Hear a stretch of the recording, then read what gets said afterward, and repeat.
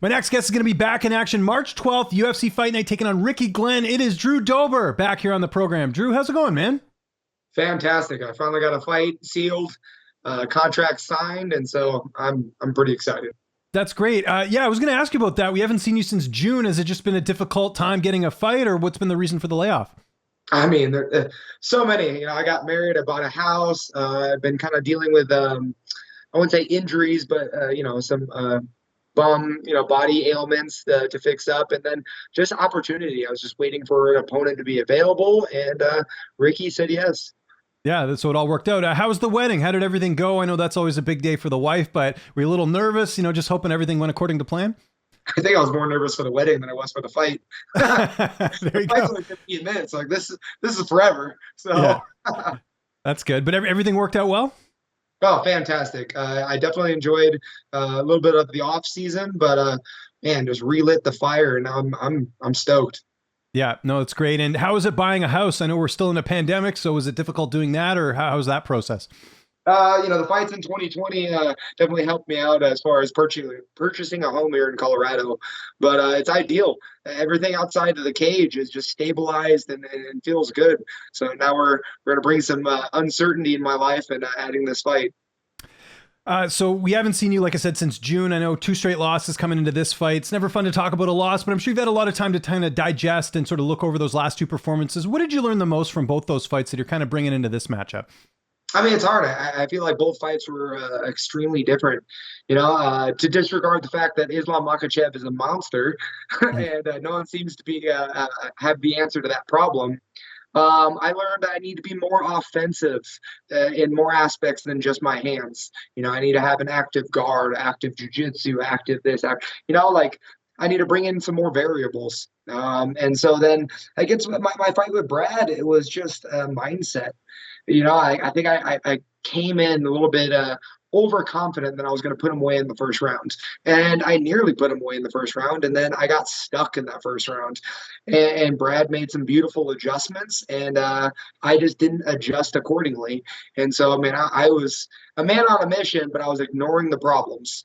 And Yeah. so now stepping back from those losses, I know, now know what I need to do. I need to fix the mindset and then add more variables to my offense. Awesome. Well, yeah, it's always good to kind of reflect on that. So one of the reasons I wanted to get you on, aside from talking about your fight, is I believe you're the only fighter who's fought both Islam Makhachev and Beneil Dariush, and they're of course fighting each other next month. So first and foremost, what did you think of that matchup getting put together with two guys that you've already competed against? God, that's exciting. I mean, for me personally, I got a lot of emotion in that fight. For one, Beneil and I are really close friends, and I always gun for him. And then, me suffering a loss to Islam, it adds a little bit more heat in that fight. But man, it's a good stylistic matchup too. They're both like very solid grapplers, and so once they choose to start grappling, I mean, it's going to be a physical art. Yeah, no, it's going to be great. Were you and Dariush friends before the fight, or did that happen after?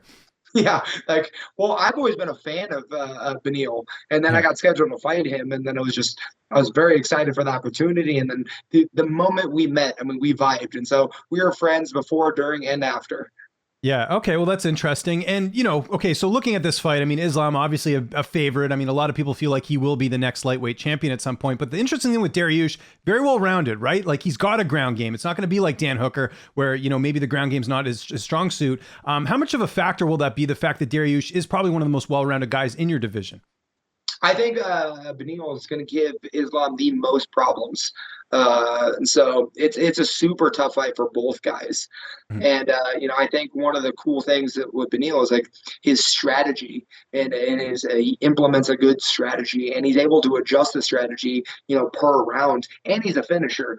Like he can put you away with his hands or a submission. It's man, I'm super excited for this fight. Where do you think Dariush is the most dangerous in this fight? Uh to be honest, I think he's equally dangerous everywhere. Okay. I think he can find a finish anywhere, and he can also, give Islam his game back to him, which is lay on top. Um, and so it's hard to call. I think the biggest takeaway personally in that is that Beneil's a risk taker and Islam is not. Islam will do everything he can to win the long game. And Beneil, he takes risks, and sometimes it works out in his favor, and sometimes it doesn't. And so I think that's the deciding factor as far as Beneil's strategy and his risk taking ability. And would you say for Islam, the most dangerous factor in the fight would be sort of his wrestling and grappling in the fight, sort of holding you and, sort of you putting that pace on as well? What are sort of some of the strengths you see of Islam in this fight? I think Islam's so fundamentally sound everywhere. So I think it's he can stand and trade, he can wrestle, but I think we're going to see the same Islam that we've seen numerous times. Now the key thing is what kind of Beneil is going to show up. Like, is it going to be a striker? Is it going to be a wrestler? Like, is it going to be like a hardcore jiu-jitsu match? Like, you don't know, but I feel like it's the determining factor is going to be Beneil's strategy. Just a couple more questions on this fight. Again, we're going to be talking about you at some point. I'm just curious because you fought both guys. In terms of the 5 rounds, does that favor one fighter or the other, or do you think that's kind of irrelevant? I don't think it's relevant. I think it's intriguing. I think seeing Islam, trying to do his thing for 5 rounds is something. So, I mean, I think it adds a unique variable to that fight, making it 5 rounds. Okay. And then, I got to get the pick then. Who do you see winning that fight? Because again, Islam's the favorite, Dariush, an underdog, but Dariush very well-rounded. What's your pick in that fight? If I gave you $500, who are you putting your money on? I mean, it's so hard. Like, my heart, like here at home, like the wife and I, we're going for Beneil Dariush. Like, we want him to win, man. I'm behind him wholeheartedly. But as far as being a betting man, I mean, we see less mistakes from Islam. And so like Islam is the safest bet, but the heart's pulling for Beneil. Okay, that's fair enough. And I think I know the answer to this, but I got to ask you anyways. Who is nicer to you after the fight, Islam or Beneil? Beneil, for sure. I mean, to be honest, like after the fight, him and I FaceTimed his niece because it was her birthday. So we were in the green room after the fight, just talking to his family. I didn't get any attention from Islam. There you go. Speaking of family, taking on another family man here in Rickey Glenn, who's really outstanding resume if you look at where he's fought and who he's beat. How do you look at this fight from a style perspective? He's Midwest tough. He says yes when he probably shouldn't, and it makes him gritty. And as far as like my strategy goes, I think he's good everywhere. He's got good stand up. He's a good wrestler. He keeps that in his back pocket. And plus, he got good grappling. I don't think he's excellent anywhere. And in comparison to my last 2 fights, where I'm fighting, the best wrestler and then the best striker, I think the strategy for this fight is pretty simple. Not taking anything away from his toughness and his grit and his ability to win fights, but I'm not worried about any one thing. I think he's going to try to punch me in the mouth until that doesn't work, and then he's going to try to take me down and make that work. And so I think it's going to be a simple but extremely tough fight. Training camp, anything different for this camp or usual cast of characters working with, your buddy Neil Magny and you got Carrington Banks and, Corey Sandhagen? Like who are you getting to work with for this camp? I know it's a little ways away, but usual cast of characters? I mean, all the above. I mean, I love working. I just got done drilling wrestling with Neil Magny.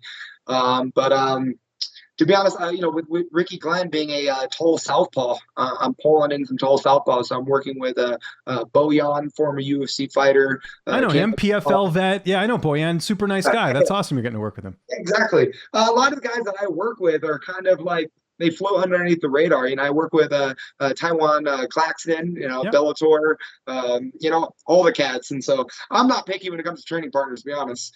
Yeah. Is Gaethje back in there? I know there's some, obviously it seems like he's next for Oliveira, but are you getting any work in with him at all? Yeah, I just sparred with him last week. And man, he's back full force, working on his stuff and making sparring extremely difficult. I was going to say, that doesn't sound very fun getting to spar Justin Gaethje, but hey, it's going to iron sharpens iron, as they say. And then do you know who's going to be in your corner for this fight? I know we're ways out, but any sort of idea of who will be in there with you? Always. I got my team behind me. I got Dave Zabriskie, Oscar Martinez, and Elliot Marshall. I mean, awesome. It's a dream team. Yeah, that's great. And how do you envision this fight playing out? I know you feel like you're going to get your hand raised, otherwise why sign the contract? But how do you envision the fight playing out? Yeah, I mean, that was a mistake I made with Brad, is too much visioning of the fight. And so I stopped doing that. But if I could have the fight the way I want it, I mean, I want to stand up war. I want, bleeding and guts showing for 15 minutes. Just, I love fight of the nights, but, I sometimes I get on the losing end of that. So I'm putting on the heat and I'm looking for that knockout. But like I said before, adding more variables, being more flexible and patient. And so we're coming in as like a new Drew Dober, but as always, man, I love exciting fights and fun hunting for that knockout. I can't remember if I asked you this last time, but do you know how many fights you have left on your contract? I think as of right now, I have four. A couple more. Yeah, I was going to say a couple more at least, because I know usually once you get to 2, that's usually when you start to renegotiate before that last one, right? So you said you had 4 left? I think so. I don't keep track, to be honest. I think about how many years I have left in the sport. Like how many fights I have left, like thousands. Yeah. Okay. Well, let me ask you that then. I'm sure you have sort of a game plan. You just got married, bought a house. I'm sure you're maybe thinking about a family. Like how much longer do you see yourself in this sport? Because obviously it's not a long game, Mm-hmm. Oh man, Glover Teixeira winning that title at 42. That changed your mind? Yeah, seeing that he can win a UFC title? Yeah. Yeah.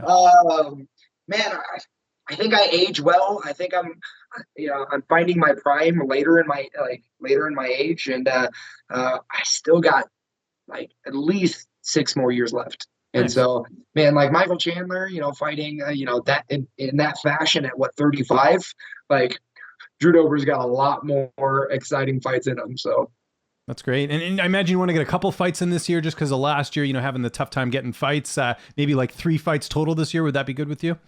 as long as my body's holding up, I'm looking at 4. I want to get 4 Oh, cool. fights.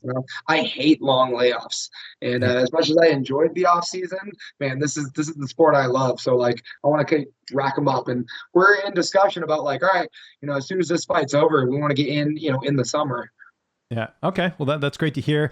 Something a bit different. I saw you were on Ashley Evans Smith podcast, Sex and Violence. How was that? Kind of getting a little bit personal. She does an awesome job, by the way. Like, I think she's like the Howard Stern of like our industry. What was it like getting to do her podcast? I mean, at first it was intriguing. It was like something new. So I was like, hey, why not? But man, she's a professional, and just the quality of her journalism and her podcast was a lot of fun actually. And it was unique, and it was kind of fun to talk about. I'm an open book, but it was a good break away from like all the typical fight questions. Yeah. Did your wife say anything after the fact? Because I know sometimes she gets a little personal, it's fun. I think it's interesting because, I mean, this is a side that we won't get to see you in typical interviews, right?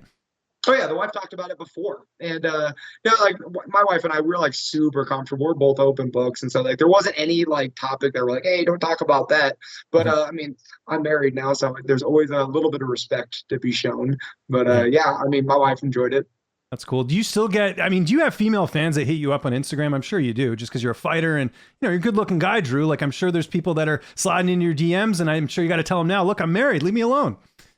I mean, I get more dudes trying to talk to me over Instagram. Really? Okay, interesting. And, yeah, I know, right? Which, I mean, I don't know about their sexual preferences, but I mean, like guys always want to chat about like muscles, sports cars, and fighting, right? They always want to talk about it. But man, I wouldn't advise any female to hit fighters up on Instagram. Like, aim higher. Like, if you're gonna send DMs, you can do better than like fighters. For sure. Do you ever get any, and I'm sure you have had this, do you ever get guys saying, oh, I could beat you up or anything like that? Because, you get guys like that are kind of, it's a primal sport. So there's always that jealousy there from certain fans. Very rarely. I in all honesty, I didn't get a whole lot of guys saying they could beat me up. And actually, one time in particular, I had this guy from England. He'd messaged me, said he could beat me up. And man, I love those conversations. And so I was like, yeah, well, absolutely. When you beat me up, as long as you show me some good spots to eat in the UK. He was like, oh yeah, absolutely. And we ended up just talking and BSing on Instagram. So I feel like I'm a little difficult to talk shit to. There you go. Kill him with kindness, as they say, Drew. That's great. We're looking forward to the fight. It's a little ways away here. UFC Fight Night, March 12th. Drew, thank you so much for doing this, man. Just remind people where they can get a hold of you on social media. And if you got any sponsors or shout outs, I'll give you the last word. I mean, at Drew Dober, anywhere you want to hit it, Instagram, Twitter, Facebook, and shout out to Team Elevation, one of the best teams in the world. Cool. All right, man. We're done recording. I should get this up soon. I'll tag you on social media when it's good to go. And appreciate the time, man, and enjoy the rest of your day. Thank you so much, man. I always appreciate it. Yeah, anytime, man. Take care. See ya.